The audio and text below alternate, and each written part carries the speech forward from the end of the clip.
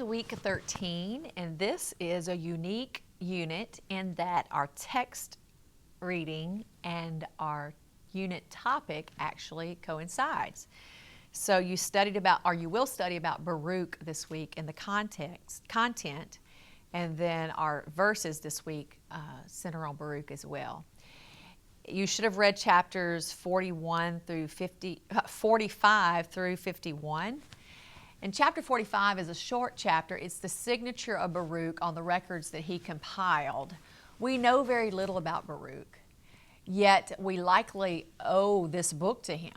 He was doing the writing for Jeremiah, as we learned in the narrative.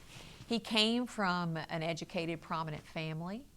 He likely could have been very successful in many ways, yet he chose to serve God through serving Jeremiah. He chose to serve in obscurity.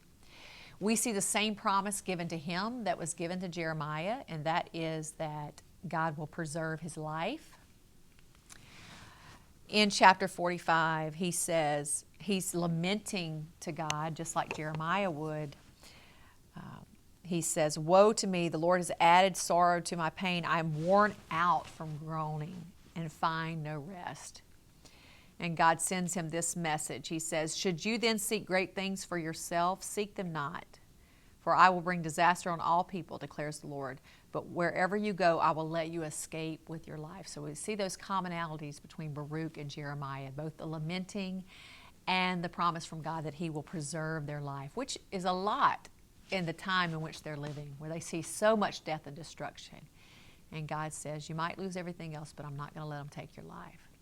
Baruch does go on and continue serving. He winds up going into hiding with Jeremiah. He ends up being taken to Egypt with Jeremiah. He lives for God's story instead of his own. Starting at chapter 46, we call this section the Oracles Against the Nations. And it goes on from 46 to the end of 51. The oracles are against many nations, but especially against Babylon. God used Babylon to execute judgment on his people, but God's sovereignty extends over all nations. This series against the nations begins with Egypt. That's where we last saw Jeremiah. He was taken against his will into Egypt. But it's going to end with Babylon, and that's where we camp out in Babylon. This message of Jeremiah, these oracles against the nation, is a counterbalance to what seemed like pro-Babylonian preaching all of Jeremiah's life. When he was telling the people, submit to the yoke of Babylon, submit, pray for them, seek their well-being, and all that the good fruit is those taken into exile. But here he's got nothing good to say about Babylon. He is talking about their destruction and the judgment of God issued on Babylon. And this would have been sweet words to those who had been taken into exile, to say, yes, we will be vindicated one day. At chapter 50 is when Jeremiah camps out in his oracle against Babylon.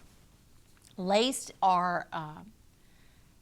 in these words are discomfort about the future of Israel. And we see this similarly in the book of comfort in Jeremiah chapter 30 through 33, that Jeremiah is speaking of this future restoration, that God will bring his people back into the land.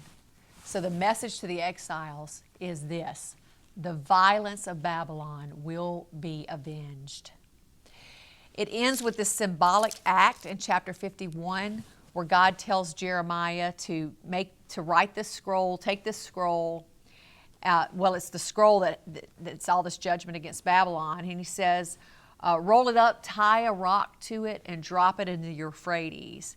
In chapter 51, verse 63, when you finish reading this scroll, tie a stone to it and throw it in the Euphrates. Then say, so will Babylon sink to rise no more. Of the disaster I will bring upon her, and her people will fall. So that would have been sweet words to those who had been conquered by Babylon and had been victims of their violence, that God will avenge his people. And then the final statement, the words of Jeremiah end here at the end before chapter 52. So the end of Jeremiah's prophecies and this collection of his sermons ends here at the end of 52. And we will end there for the week. See you next week.